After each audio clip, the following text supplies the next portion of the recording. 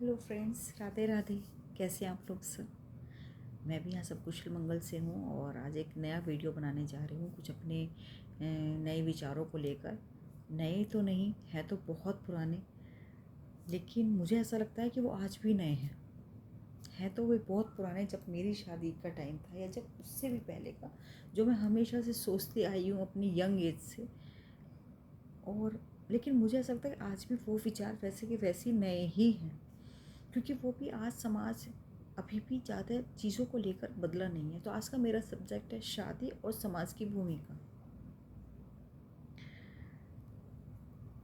मुझे ऐसा लगता है कि जो शादी है वो बहुत ही निहायत ही किसी भी इंसान की ज़िंदगी का सबसे इम्पोर्टेंट और पर्सनल सब्जेक्ट है।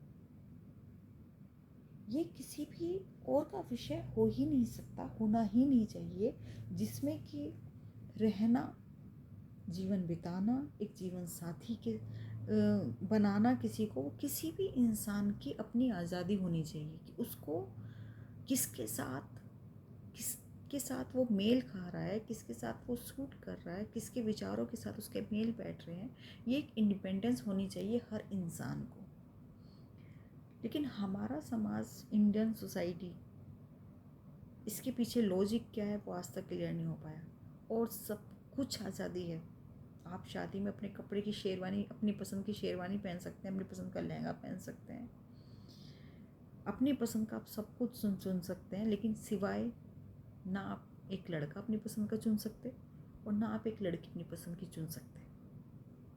मैं फ़िलहाल उस दौर की बात कर, अभी भी ऐसा नहीं है कि नहीं चुन सकते। चुन सकते से मेरा मतलब ये है कि चुन तो सकते हैं, बट उसको समाज बहुत अच्छी नज़रों से इजाज़त नहीं, फिर उसको वो शरीफों में काउंट नहीं होते।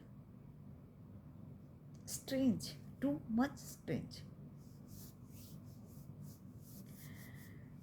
इवन अभी मैंने ऐसे किसी के मुंह से सुना कि हमारे बच्चे ऐसे नहीं हैं, उन्होंने सब अरेंज मैरिज की अपनी पसंद से, अभी शरीफ हैं बहुत बच्चे। तो मेरे मुंह से निकला, तो क्या जो अपनी पसंद से चुन लेंगे या चुनते हैं वो शरीफ नहीं होते? ये कैसा शराफत का पैमाना, ये कैसा पैमाना है कि जिसमें अगर आपने किसी लड़की या लड़के को अपनी पूरी ज़िंदगी के लिए चुन लिया तो आप शराफत में नहीं आते?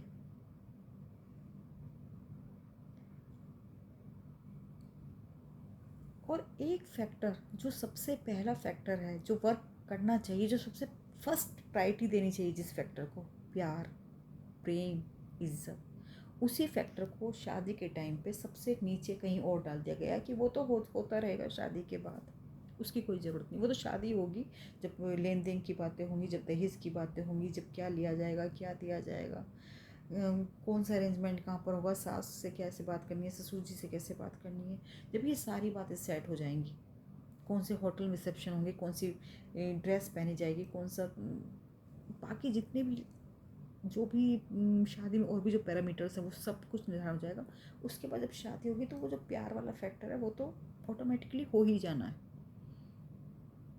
तो उसको तो सबसे पीछे धकेल दिया गया है, उस वर्ड को, जो सबसे फर्स्ट प्रायोरिटी यहाँ होनी चाहिए कि हाँ, हमें ये इंसान से प्रेम है, ये इंसान हमें अच्छा लगता है और मैं इसके साथ पूरी ज़िंदगी गुजार सकती हूँ, या इस इंसान के साथ मैं पूरी ज़िंदगी गुजार सकता हूँ।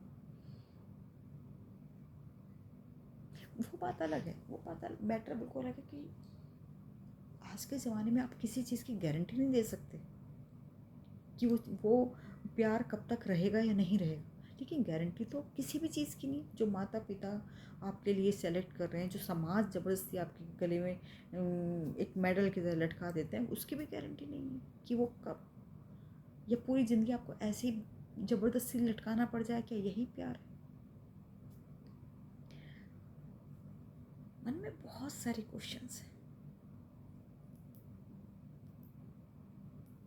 रूप रंग, जात पात, जिसका शादी जैसे शब्द से कुछ भी लेना देना नहीं है। शादी का मीन्स है कि दो परिवार, दो जने एक साथ जिनको रहना है आगे।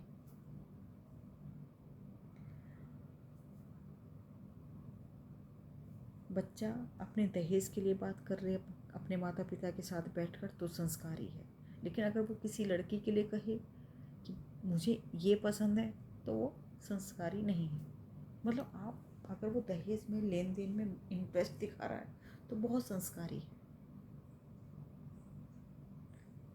बहुत अजीब बातें हैं इस समाज की। बहुत सिस्टम्स इतने अजीब हैं कि अगर उन पर बात करने बैठो, सोचने बैठो तो सब कुछ बहुत स्ट्रेंज है।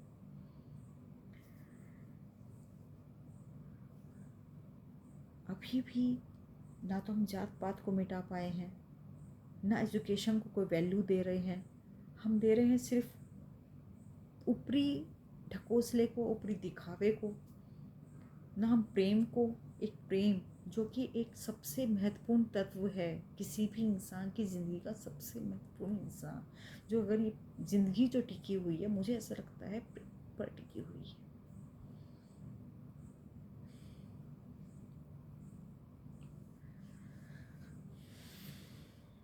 बाकी बहुत कुछ है बोलने को, बहुत कुछ कहना चाहती हूँ, बहुत कुछ मन में चल रही हैं चीज़ें कि ऐसा है तो क्यों है।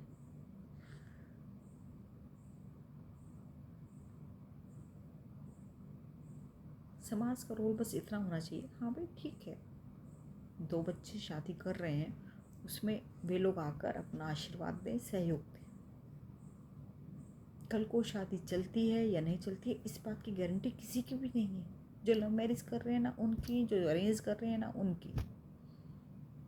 और अगर पहले के ज़माने में जो शादियाँ चल भी रही थी, जो टिक भी रही थी, जिस पे आज के लोग बड़े उससे बोलते हैं कि पहले भी तो चल रही थी, उनके दिलों से पूछो कि वो कैसे चल रही थी। वो चलना या ना चलने के बराबर ही थी। उस उसको कोई आप चलने में नहीं मान सकते, उसको कोई आप सक्सेसफुल नहीं मान सकते।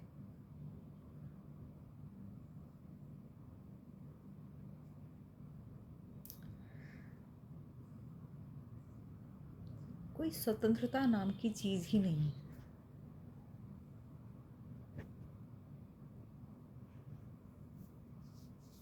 सब कुछ है शादी में, सब कुछ है, लेन देन है, गहने हैं, सोना है, चांदी है, अच्छे कपड़े हैं, अच्छी वेडिंग वेन्यूज़ हैं, बट ना तो लड़के की पसंद की लड़की है, ना लड़की के पसंद का लड़का है।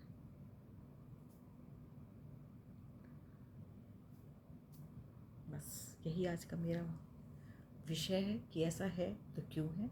ये मुझे लगता है सोचने योग्य बात है कि जिस चीज़ की सबसे ज़्यादा प्रायोरिटी हमें देनी चाहिए वो हमें देनी चाहिए। और